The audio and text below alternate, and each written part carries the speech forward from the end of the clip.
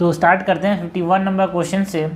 तो 50 number question क्या है, the Gupta king Chandragupta two was great patron of art literature and scholarship.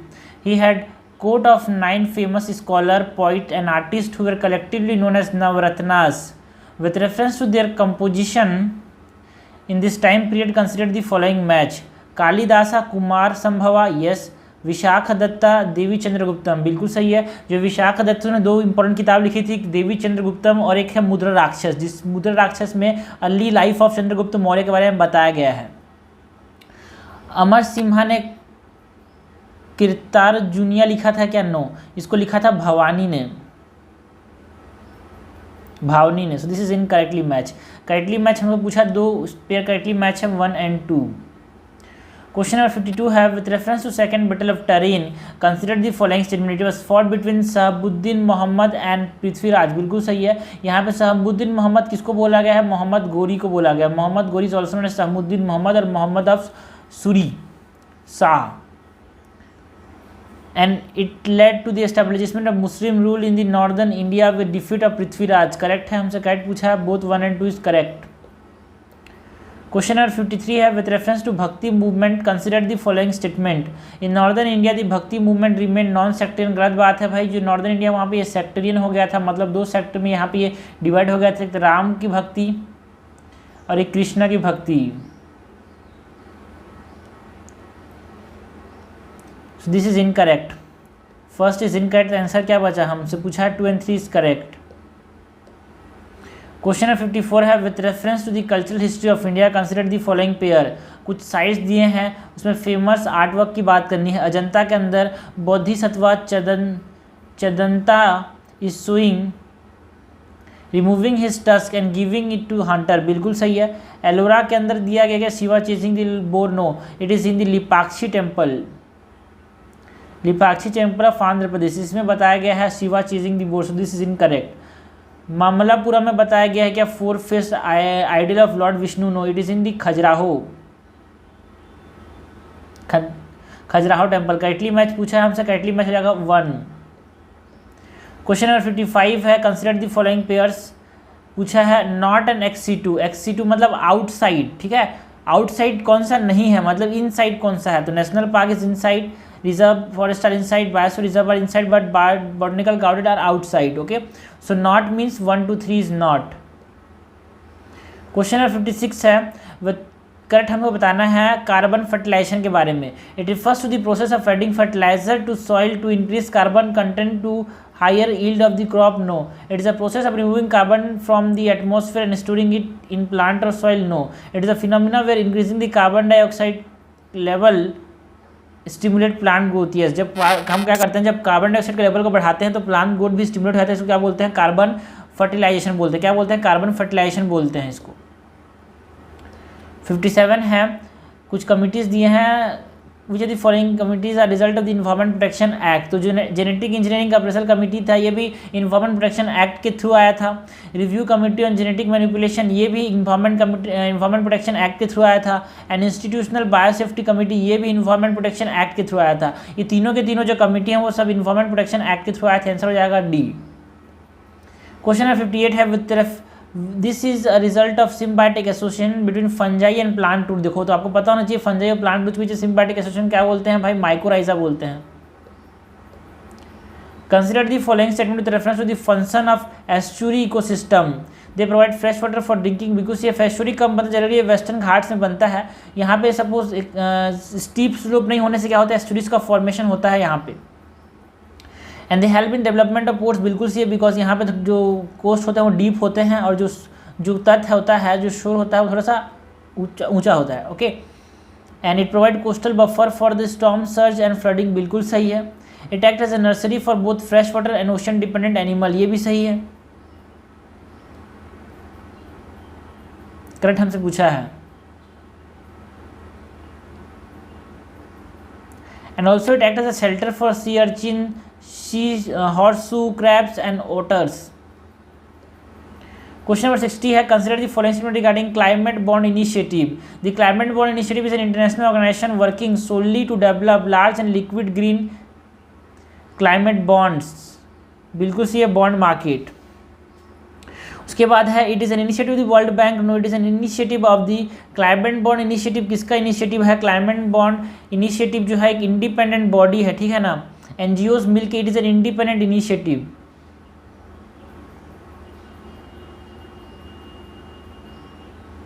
जो different NGOs हैं इंडिपेंडेंट बॉडी से वो आगे इसको कंट्रीब्यूट करते हैं क्लाइमेट बॉन्ड इनिशिएटिव को। करेक्ट हमसे पूछा भाई, करेक्ट जाएगा A1, second is incorrect. Question number 61 है consider the following Montreal protocol. क्या पूछा है इसमें हमसे? The given protocol are the outcomes of the United Nation Framework Convention climate change, UNFCCC का आउटकम कौन कौन सा है?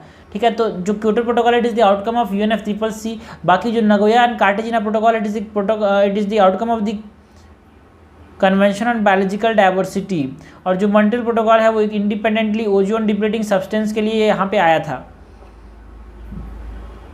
तो only one protocol that is the Kyoto protocol is the outcome of UNFCCC। Question number 62 है consider the following joint implement. हमसे पूछा क्या है, इनमें से पूछा है it is which of the above given mechanism is the part of the flexible market mechanism of the Kyoto protocol. अभी रिसेंटली क्वेश्चन देखा क्योटो प्रोटोकॉल का, उसके में पूछा है कि क्योटो प्रोटोकॉल के जो कौन कौन सा पार्ट है इसमें। Joint implementation mechanism is the part of Kyoto protocol, yes. जो जॉइंट इम्प्लीमेंटेशन मैकेनिज्म है ये क्योटो प्रोटोकॉल का पार्ट है क्या? बिल्कुल है। द क्लीन डेवलपमेंट मैकेनिज्म क्या इस क्योटो प्रोटोकॉल का पार्ट है? बिल्कुल सी है। जो क्लीन डेवलपमेंट मैकेनिज्म है, जो जॉइंट इम्प्लीमेंटेशन मैकेनिज्म है और जो एमिशन ट्रेडिंग मैकेनिज्म है, ये तीनों किसका पार्ट है? क्योटो प्रोटोकॉल का पार्ट है। Joint implementation mechanism, clean development mechanism and emission trading mechanism, this all three are the part of the Kyoto protocol. Question number 53 है which of the following does not come under the Aichi biodiversity targets? does come under, does not नहीं, does come under। तो eliminate subsidies harmful for biodiversity, क्या ये आईची biodiversity targets के अंदर आता है? बिल्कुल सही है, because the Aichi biodiversity target talks about the removal और elimination of what subsidies harmful to biodiversity. Application of ecosystem based approach in fishing, application of what? Application of ecosystem based approach in fishing, बिल्कुल सही है। जो ecosystem based approach होता है fishing में उसको यहाँ पे एप्लीकेशन की बात होती है। Protection of traditional knowledge, protection of traditional knowledge की भी बात होती है किसके अंदर? आईची बायोडाइवर्सिटी टारगेट्स के अंदर। हमसे करेक्ट पूछा गया है भाई, करेक्ट क्या होगा यहाँ पे? All the three targets are correct. With reference to mangrove restoration consider the following statement. Mangrove restoration is a management strategy to compensate for degraded and lost ecosystem goods and services, बिल्कुल सही है। Artificial regeneration can help in control of species composition and distribution, बिल्कुल सही है। Artificial generation हम करेंगे तो हमको species composition and distribution को कंट्रोल करने में हेल्प करेगा। थर्ड है natural regeneration take place from direct free falling and dispersed mangrove propagules, बिल्कुल सही है। जो मैनग्रूव प्रोपाग्यूल्स है उनसे क्या होता है? नेचुरल रिजनरेशन होता है, तो ये करेक्ट हो जाएगा। हमसे करेक्ट पूछा गया, करेक्ट क्या है यहाँ पे? तीनों के तीनों स्टेटमेंट्स करेक्ट हो जाएंगे। क्वेश्चन नंबर 65 है with reference to coastal plains in India, with reference to coastal plains in India consider the following statement। the eastern coastal plain is an example of emergent coast। जो eastern coastal plane है क्या वो emergent है क्या? बिल्कुल सही है। जो वेस्टर्न कोस्ट है क्या वो सबमर्ज है क्या? बिल्कुल सही है।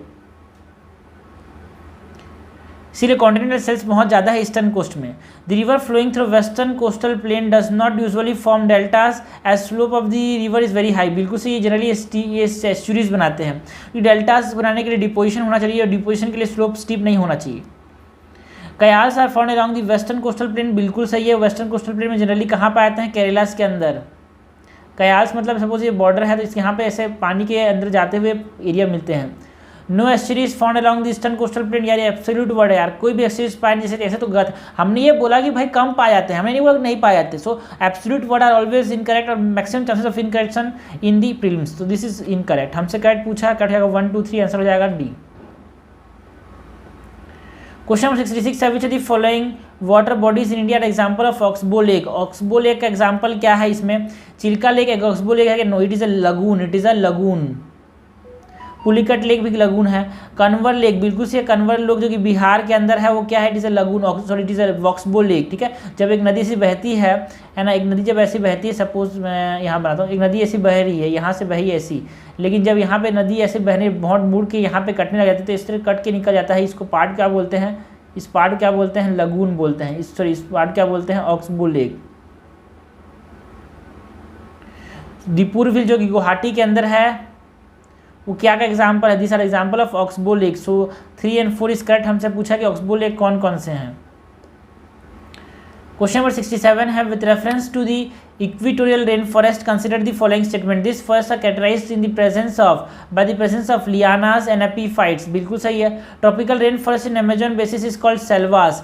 बिल्कुल सही है. ट्रॉपिकल रेन फॉरेस्ट है अमेजोन बेसिन के अंदर, मतलब जनरली अर्जेंटीना, ब्राज़ील है ना, आसपास के जो एरिया में जो ट्रॉपिकल रेन फॉरेस्ट है अमेजोन बेसिन, उसको हम बोलते हैं सेल्वास. ठीक है ना, बहुत सारे नाम दिए गए हैं और सेल्वास को तो याद रखना कि selvas are the tropical rain forest in the Amazon basin.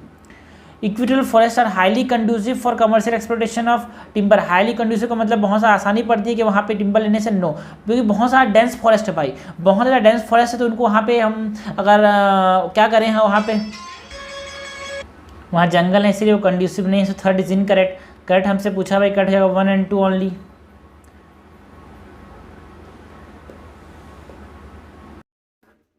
तो अपने पास 68 नंबर क्वेश्चन है. Consider the following statement regarding Indian monsoon. हमको बात करनी है इंडियन मानसून की. During summer intense low pressure in the north western part of the sub continent help the northward shift in the position of the ITCZ, that is intertropical convergence zone का जब northward shift होता है तो उससे हमारे पास क्या होता है, जो लो प्रेशर यहाँ पे डेवलप होता है, हाई प्रेशर यहाँ से डेवलप करता है, तो हाई प्रेशर से लो प्रेशर तक इंडियन मानसून बढ़ जाता है. Okay, so first is correct. Second, the onset of monsoon in India denotes withdrawal of the easterly jet stream. No, it denotes the withdrawal of the westerly jet stream. ये क्या करता है, ये westerly jet stream जो होते हैं ना, उनका withdrawal को ये बताता है. So this is incorrect. Third है, the retreating southwest monsoon season is marked by a great fall in temperature. No, जब retreating southwest monsoon आता है तमिलनाडु रीजन में क्या होता है, बारिश तो होती है, साथ ही साथ फॉल नहीं होता, टेम्परेचर का बढ़ जाता है. टेम्परेचर क्या होता है, बढ़ जाता है. सो करेक्ट हमसे पूछा है, करेक्ट हो जाएगा 1 ओनली. क्वेश्चन नंबर 69 है which the following rivers flowing through India does not originate outside India. मतलब वो सिर्फ और सिर्फ इंडिया के अंदर ओरिजिनेट होते हैं. तो ऐसे कौन कौन से रिवर है, सतलज जो है वो आउटसाइड इंडिया ओरिजिनेट करता है, इंडस जो है आउटसाइड इंडिया ओरिजिनेट करता है, यमुना इनसाइड इंडिया, उत्तराखंड में जो यमुनोत्री ग्लेशियर है वो सिर्फ और सिर्फ इंडिया के अंदर है, तो वहाँ से ओरिजिनेट करता है. तो ओनली वन रिवर गंधक does not originate from India, it originate outside India. तो पूछा कि नॉट ओरिजिनेट आउटसाइड इंडिया. ठीक है, नॉट ओरिजिनेट आउटसाइड इंडिया. सो इसमें सिर्फ और सिर्फ यमुना रिवर है जो कि आउटसाइड इंडिया ओरिजिनेट नहीं करता. क्वेश्चन नंबर 70 है which the following statement regarding the river Sukapaika. ठीक है, तो it originate in Andhra Pradesh. No, it originate in Orissa. ये क्या है, कटक डिस्ट्रिक्ट से, उड़ीसा के कटक डिस्ट्रिक्ट से ये ओरिजिनेट करता है. And it is a tributary और distributary. It is a distributary, मतलब एक रिवर था वहां से टूट के दूसरा पार्ट बना. ठीक है, तो इसको हमने क्या बोला, इसको क्या बोला हमने, डिस्ट्रीब्यूटरी बोला. Sukapaika is a distributary of Mahanadi. And recently the NGT, that is national green tribunal, observe order to revive and rejuvenate the river Sukapaika. बिल्कुल सही है, करेक्ट हमसे पूछा है, कट जाएगा 2 ओनली. आंसर जाएगा बी. क्वेश्चन नंबर 71 है consider the following statement regarding various local winds in India. Kali Andhi are violent dust storms occurring in the north west part of Indo Gangetic plain. बिल्कुल सही है, north west part of Indo Gangetic plain. Loo are strong cold and moist. No, this are warm and dry. Winds which blowing during the night in the peninsular India. No, day. Samal are hot and dry wind blowing in the coastal Tamil Nadu during the summer season. No, ये तमिलनाडु में नहीं, ये Iraq में बहता है. Correct हमसे पूछा है, करेक्ट जाएगा ओनली 1. क्वेश्चन नंबर 72 है consider the following statement regarding the difference between the peninsular and Himalayan drainage system. Unlike the peninsular drainage system and the Himalayan drainage system. देखो सबसे इंपॉर्टेंट है कि जो हिमालयन की नदी है ना वो कैसे होती है, Himalayan rivers are perennial. Perennial का याद रखना, पेरिनियल मतलब पूरे साल, पी से पेरिनियल, पी से पूरा साल पानी रहेगा इसमें. ठीक है, तो ये इंपॉर्टेंट चीज़ है. So unlike peninsular river, Himalayan river are mostly perennial. बिल्कुल से हमेशा पानी रहता है, बिकॉज वहाँ पे जो नदी है, मतलब वहाँ से जो पानी का सोर्स है वो ग्लेशियर्स होते हैं और ग्लेशियर से पानी आते जाता है. Okay, with relatively large catchment area. इनका कैचमेंट एरिया मतलब ये जहाँ पे बहते हैं वो एरिया ज़्यादा होता है. बिल्कुल सही है. Compare to peninsular river, the Himalayan river generally form large delta and are highly erosional activities. बिल्कुल सही है, करेक्ट हमसे पूछा है, both 1 and 2 is correct. Question number 73 है with reference to Indian geography. हमको बात करनी है इंडियन ज्योग्राफी की. Which of the following statement best describe the term chos. Chos क्या होता है भाई, चॉस क्या होता है. ये सीजनल स्ट्रीम्स होते हैं, है ना। Chos are what this are is news, okay. तो चॉस क्या होते हैं, चॉस आर सीजनल स्ट्रीम्स, मतलब पानी के मौसम में, है ना, बहते हैं। And they erode the Punjab Haryana plain, जो पंजाब हरियाणा प्लेन उसको इरोड करते हैं, उसमें पानी को बहाव खींचते हैं। एंड एडजॉइनिंग शिवालिक रीजन, ठीक है ना। तो पंजाब हरियाणा और शिवालिक रीजन में ये रहते हैं और क्या करते हैं, ये इरोड कर देते हैं। This are seasonal streams. तो ये होता है current affair based question. Question number 74 है, this river originate in the Trimbak plateau of Maharashtra.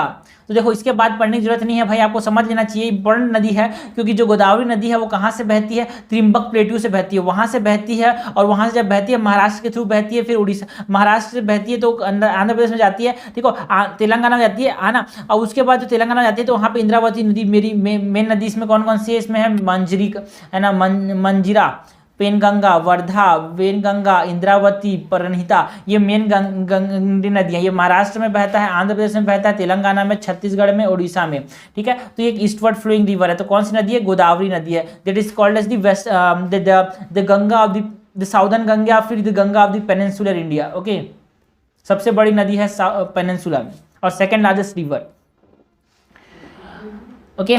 Now question number 75 है, with reference to southern ocean consider the following statement, it is the only ocean that completely encircle the earth. बिल्कुल सही है। It has no northern border and is flood bye water from other ocean. बिल्कुल सही है। It is known as global sink as it play a vital role in absorbing and storing carbon from the atmosphere. बिल्कुल सही है। जो अपने पास जो southern oceans को हम ग्लोबल सिंक बोलते हैं, बिकॉज ये एब्जॉर्ब करता है बहुत ज़्यादा अमाउंट ऑफ कार्बन को, ओके। तो हमसे करेक्ट पूछा है, करेक्ट हो जाएगा यहाँ पे 1 2 3। देखो इंपॉर्टेंट पॉइंट है सब चीज़ का, एंटार्क्टिक क्वेश्चन साउदर्न ओशियन के लिए, ओके। सो आगे बढ़ते हैं। क्वेश्चन नंबर 76 है, the Athabasca basin of Canada और Athabasca basin region of Canada, Chu basin of Kazakhstan, McArthur river basin in Canada are well known for their uranium deposits. ये news में से यहाँ पे हमसे क्वेश्चन पूछा गया है। क्वेश्चन नंबर 77 है, with reference to flood prone zoning in India consider the following statement, it is one of the most effective non structural measures for flood management. बिल्कुल सही है। Flood plains area are demarcated and regulated by the ministry of Jal Shakti. No, flood plain area and floodplain area regulated and demarcated by the respective state government. It is by the respective state government, okay. This is incorrect. The Central Water Commission is the nodal agency for flood forecasting in India. The Central Water Commission, it is the nodal agency flood forecasting, ठीक है। देखो यहाँ पे second is incorrect, तो जब second को incorrect तो answer हटा दिया मैंने सबको, तो आंसर क्या बचा अपने पास, 1 and 3 ओनली। क्वेश्चन नंबर 78 है, consider the following statement regarding distribution of coal in India. Gondwana coal makes up 90% of the both coal reserves and coal production in India. There is no tertiary coal reserve in India. No, गलत बात है भाई। अपने पास जो north eastern states है like the Assam, दी मेघालय, दी अरुणाचल प्रदेश, मिजोरम, नागालैंड, यहाँ पे tertiary कोल देखने को मिलता है। सेकंड इज इनकरेक्ट, तो हमसे करेक्ट पूछा है भाई, करेक्ट हो जाएगा 1 and 3। Jharia is the largest coal field in India, Jharkhand के अंदर। क्वेश्चन नंबर 79 है, which of the following is are the marine erosional landform. Marine erosional landform कौन कौन से हैं, तो चैम्प्स जो है वो मैराइन इरोजनल लैंडफॉर्म है, hanging valleys are marine erosional landform, peneplains are marine erosional landform. This all are marine erosional landform. तो करेक्ट क्या हो जाएगा यहाँ पे, करेक्ट हो जाएगा 1 2 3, आंसर हो जाएगा यहाँ पे डी। क्वेश्चन नंबर 80 है, consider the following statement, a tombolo is a projected deposition joined at one end to the headland with other end free in sea. देखो टोम्बोलो क्या करता है, सपोज ये सी कोस्ट है, तो यहाँ पे जो कनेक्ट करता है इस लैंड पार्ट को, यहाँ पे सी है, ठीक है, इसको बोलते हैं टोम्बोलो। जो कनेक्टिंग पार्ट है उसको क्या बोलते हैं, टोम्बोलो। कनेक्टिंग पार्ट क्या बोलते हैं, टोम्बोलो बोलते हैं। कनेक्टिंग पार्ट क्या बोलते हैं, tombolo. So this is correct.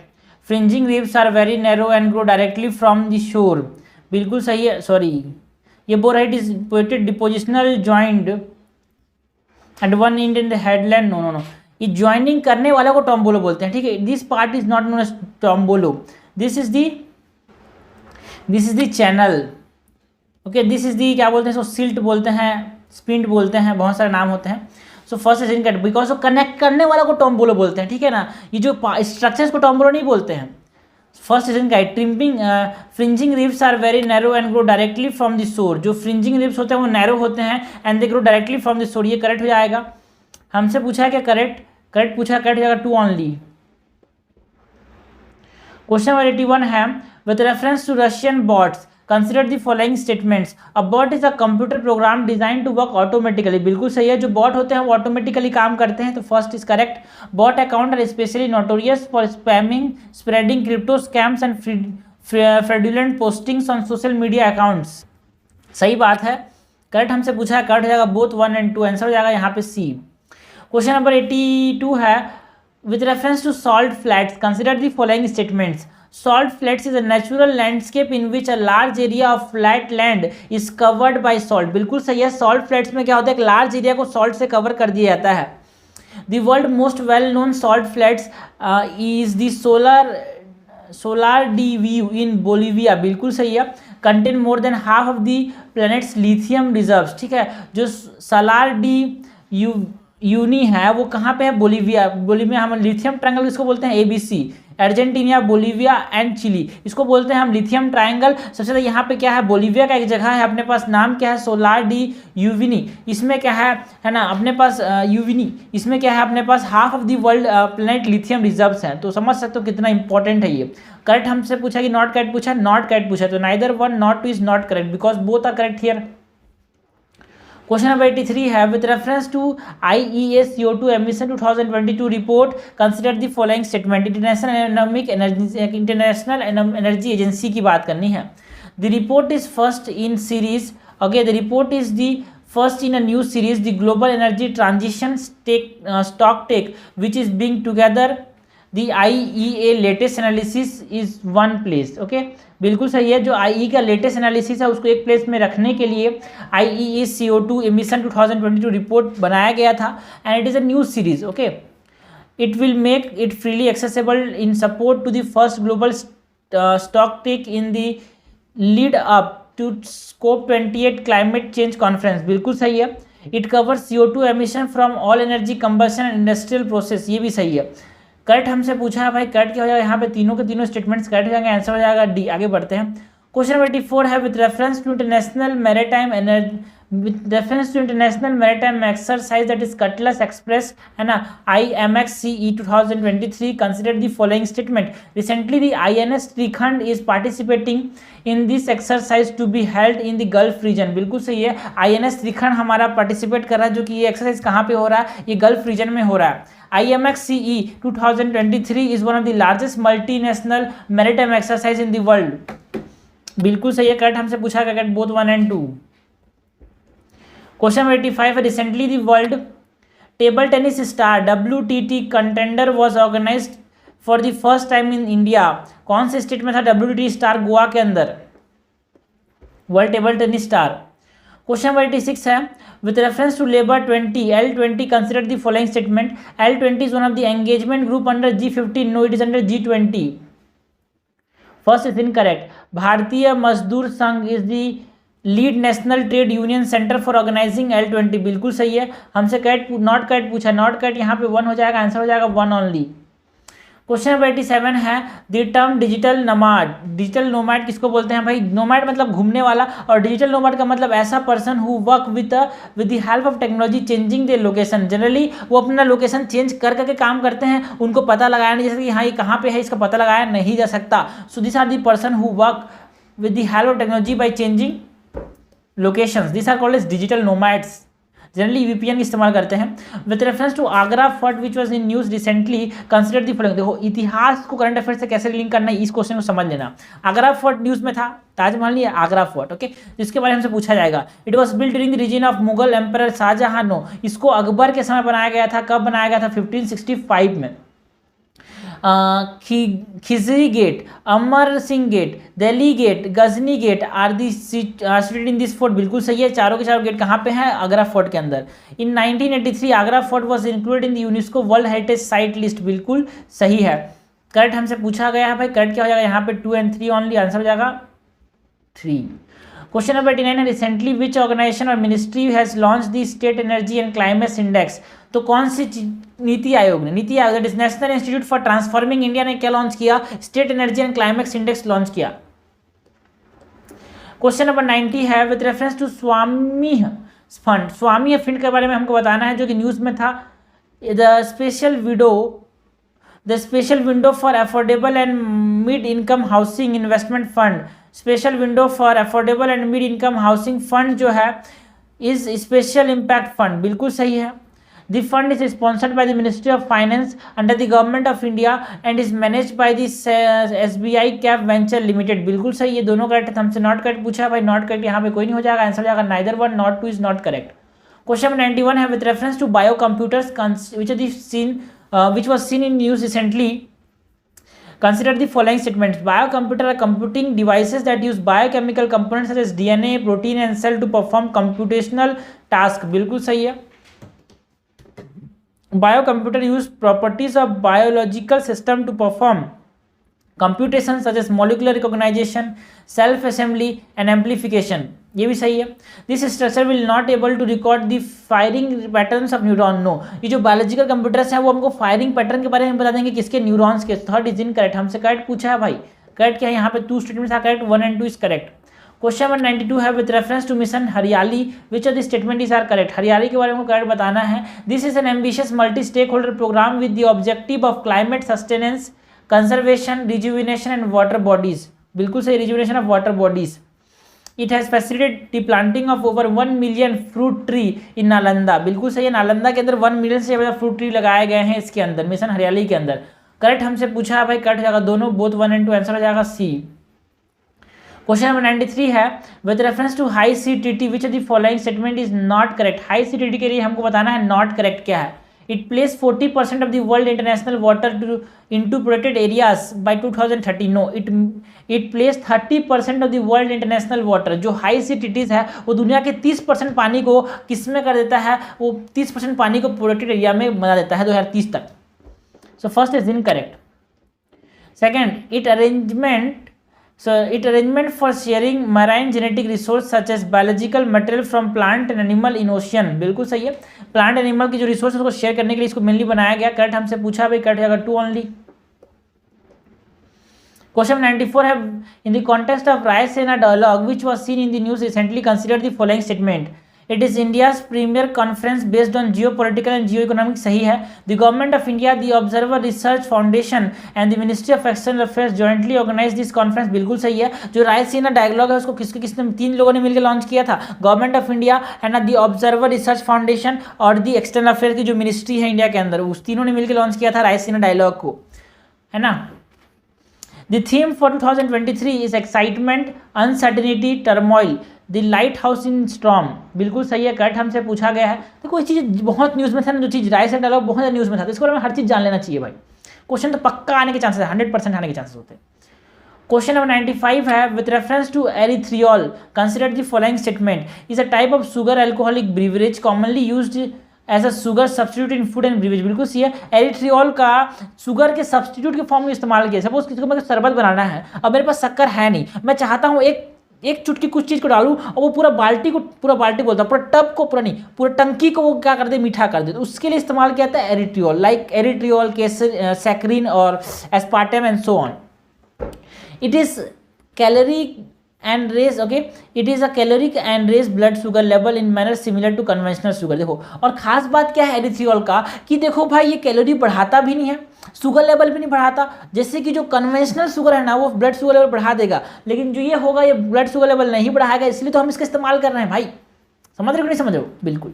Third, table sugar is commonly use as artificial sweetener in low calorie carbs and keto product। what are keto product? high in fat and low in carbohydrate। इस fat में इन लोगों में table sugar का इस्तेमाल किया था, correct हमसे पूछा है, करेक्ट हो जाएगा 1 and 3, आंसर हो जाएगा यहाँ पे ये। क्वेश्चन 96 है, in which state has the world first 200 meter long bamboo crash barrier has been install. ठीक है, दुनिया का सबसे लंबा बैम्बू क्रश बैरियर कहाँ बनाया गया था? महाराष्ट्र में बनाया गया है, और ये क्या करता है? एक्सीडेंट को रोकता है। 97 है, विथ रेफरेंस टू एकेडमिक, नहीं एक्सीडेंट रोकता नहीं है, एक्सीडेंट होने से डैमेज को रोकता है।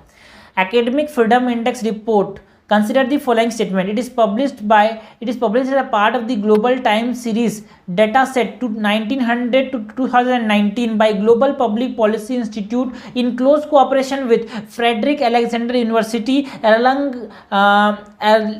Erlangen and Nuremberg scholar at risk and we dam institute. तो सही है भाई। देखो जनरली ऐसी जो चीज़ें होती हैं बहुत टेक्निकल चीज़ें होती हैं, तो इन चीज़ों को जनरली कहाँ से उठाया जाता है, गवर्नमेंट की वेबसाइट से उठाया जाता है। तो जनरली चांसेस है कि सही हो जाए। आपको तुक्का भी लगाना हो तो आप इनको सही करके चल देना आगे। In year 2022, India will be the bottom 30% of the 179 countries on the academic freedom index। बिल्कुल सही है। इंडिया जो था वो नीचे के 30 में था, नीचे के 30% में था, 179 कंट्रीज में नीचे के 30 में था, है ना। एकेडमिक फ्रीडम इंडेक्स मतलब लोगों को कितनी आज़ादी मिलती है पढ़ने के लिए, उसके मामले में भारत नीचे से 30 नीचे के 30 के अंदर था। तो हमसे नॉट करेक्ट पूछा भाई, दोनों सही है, तो आंसर क्या हो जाएगा यहाँ पे, neither one not two is not correct. Question number 98 है the term Hindu growth rate. Hindu growth rate जो टर्म है वो किसके लिए रेफरेंस में बात किया गया, इंडिया का ग्रोइंग पॉपुलेशन एंड अनएम्प्लॉयमेंट। ठीक है, ग्रोइंग पॉपुलेशन है, उसके साथ साथ जो अनएम्प्लॉयमेंट बढ़ रहा है, ठीक है ना, उसके रिलेटेड में हमारे पास एक टर्म आ गया हिंदू ग्रोथ रेट। यहाँ पे हिंदू को जोड़ा गया बिकॉज द मेजोरिटी जो इंडिया में है वो क्या है, हिंदू है। ठीक है, so India growing population and unemployment इसके रेफरेंस में क्या गया, हिंदू ग्रोथ रेट टर्म दिया गया। क्वेश्चन नंबर 99 है with reference to mission NISAR. NISAR जो मिशन है बहुत इंपॉर्टेंट है, न्यूज़ में बहुत ज़्यादा इसके बारे में हमको बताना है। It is a joint project of the space agency of the United States that is NASA and India. बिल्कुल सही है। It is a low earth orbit observatory which has been launch from the French Guiana. इसको launch कहाँ से किया जाएगा, श्रीहरिकोटा से, है ना, सतीश धवन स्पेस सेंटर से लॉन्च किया गएगा। तो first second is incorrect. It is the first satellite mission which has 2 different radar frequencies. बिल्कुल सी है, एल बैंड एल बैंड। ठीक है, तो नासा में LAS नासा है ना, नासा में AS पहले आ रहा है, तो यहाँ पे S बैंड नासा का होगा। Okay, so it is correct. हमसे करेक्ट पूछा भाई, करेक्ट क्या है यहाँ पे 1 और 3। क्वेश्चन नंबर 100 है which international organisation has recently publish global education monitoring report. ठीक है, तो देखो एजुकेशन जिसके नाम में आएगा वो एजुकेशन मॉनिटरिंग रिपोर्ट प्रोड्यूस करेगा। यूनेस्को का फुल फॉर्म क्या है, United Nation Educational Scientific and Cultural Organisation. तो यहाँ पे क्या समझ आ रहा है, एजुकेशनल समझ आ रहा है। तो एजुकेशनल चीजें जो है कौन पब्लिश करेगा, यूनेस्को। तो तुक्का लगाने का भी एक तरीका होता है ब्रो, क्योंकि एग्जाम में आप समझ लेना, प्रीलिम्स में आपने 10 तुक्का नहीं लगाए और 10 तुक्का लगाए और 10 में से 4-5 सही नहीं हुए ना, तो गेम से बाहर, बिकॉज इसमें तुक्के का ही खेल है। और ये तुक्का जो बोलते हैं उसको बोलते हैं इंटेलिजेंट गैस, जो कि कब आता है, आप क्वेश्चन बहुत सारा सॉल्व करो तब आता है। ठीक है, सो ग्लोबल एजुकेशनल मॉनिटरिंग रिपोर्ट जो है वो यूनेस्को पब्लिश करता है, बिकॉज उसके नाम में एजुकेशनल आ रहा है। ठीक है ना, बिकॉज आपको बहुत सारी 90% पेपर में आपको 30% क्वेश्चन ऐसे जो आप सुना भी नहीं होगा, और 10% मतलब चलो जो उसको आ रहा होगा बट आपको कंफर्म नहीं होगा कि आ रहा है कि सही है कि गलत है। तो इस प्रकार से आपको कुछ ना कुछ करना पड़ेगा, बिकॉज ये 60 का जो मार्जिन होता है ना, 60-70 का, यही गेम डिसाइड करता है। सो ये 100 क्वेश्चन हो गए, तो सबमिट करते हैं टेस्ट को।